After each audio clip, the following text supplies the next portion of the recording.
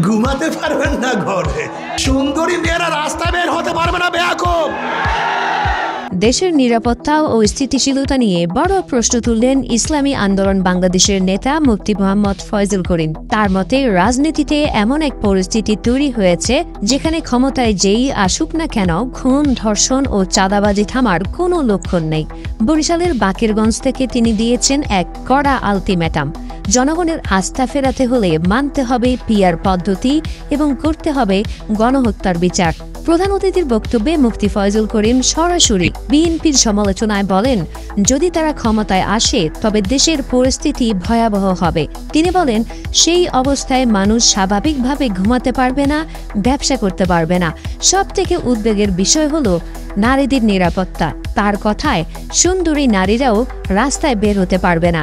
তিনি জনগণকে সচেতন করে দিয়ে প্রশ্ন তুলেছেন, আর কতদিন এই অত্যাচারী ও জুলুমকারীদের সহ্য করা হবে? তিনি আরও ভয়াবহ তথ্য দেন, বর্তমান সরকারের সময়ে বিএনপির নিজেদের মধ্যে প্রকাশ্যে যত খুন হয়েছে আওয়ামী লীগের আমলে অতটা হয়নি। এই নৈরাজ্য থেকে মুক্তি পেতে মুফতি ফয়জুল করিম অন্তর্বর্তীকালীন সরকারের প্রতি কঠোর আহ্বান জানিয়েছেন। তিনি বলেছেন, সরকার যদি জনগণের আস্থা অর্জন করতে চায় তবে তাদের প্রয়োজনীয় রাষ্ট্র সংস্কার, জুলাই সনদ বাস্তবায়ন এবং সবচেয়ে গুরুত্বপূর্ণ সংখ্যানুপাতিক বা পিআর পদ্ধতিতে জাতীয় নির্বাচনের দাবি মানতে হবে।